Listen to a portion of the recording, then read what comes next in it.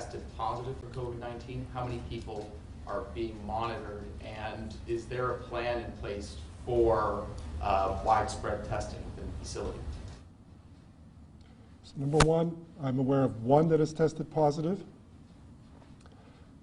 We're currently aware of and have been in communication with 10 who we believe had the intense exposure.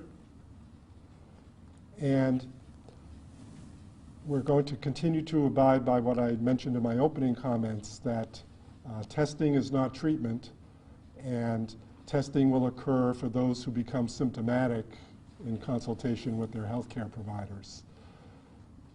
Everyone who has been identified as a significant contact is, by definition, doing what they would do if they were a positive test, which is self-isolating, assuming they were not so ill they had to be in a hospital.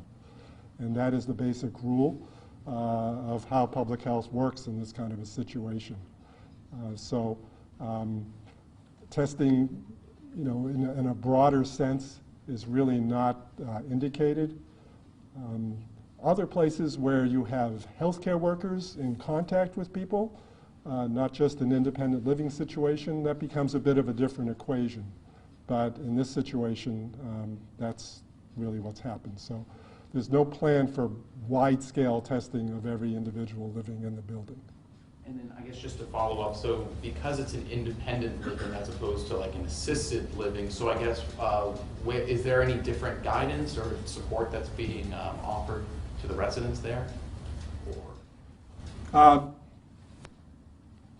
Probably it's the same guidance no matter which setting, to be honest.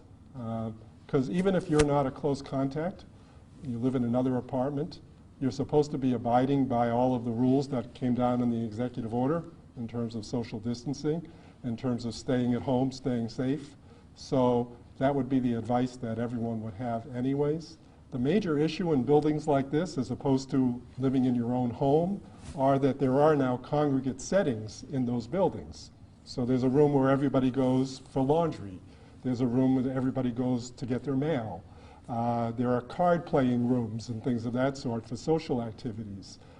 So we have to be very direct about advising people to not be congregating in those particular parts of the building.